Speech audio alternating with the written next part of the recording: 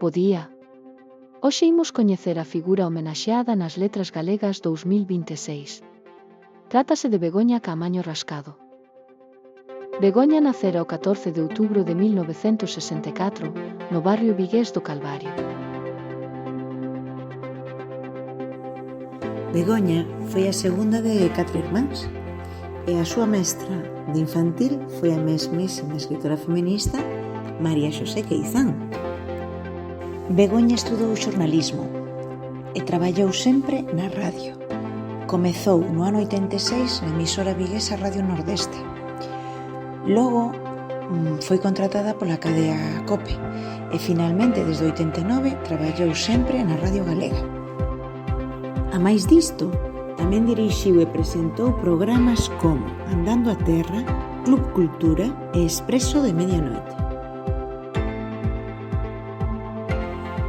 Tamén foi correspondente da Axencia Galega de Noticias e colaborou en varios xornais como A Nosa Terra, Novas de Galiza e na revista Tempos.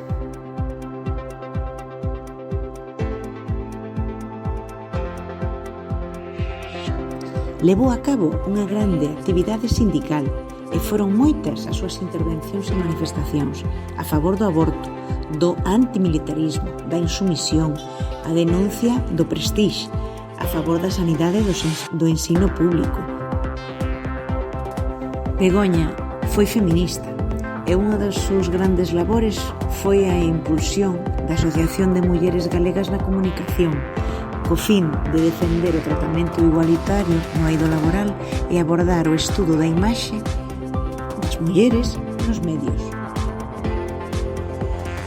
No eido musical tamén realizou algunha incursión.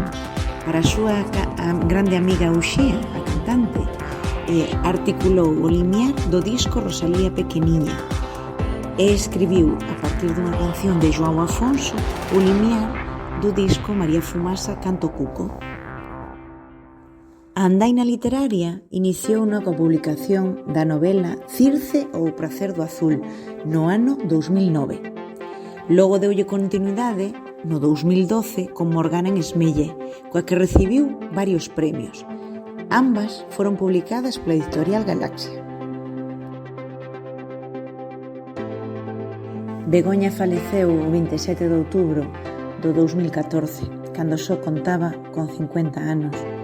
O motivo da morte foi un cancro de páncreas que lle detectaran había 2 anos e medio antes. Para concluir, tennos que quedar ben claro quen foi Begoña. Begoña Caamaño foi xornalista, escritora. Foi unha feminista que loitou por los deleitos das mulleres e por cortar de raíz a lacra da violencia de xénero. Tamén loitou pola defensa da lingua galega.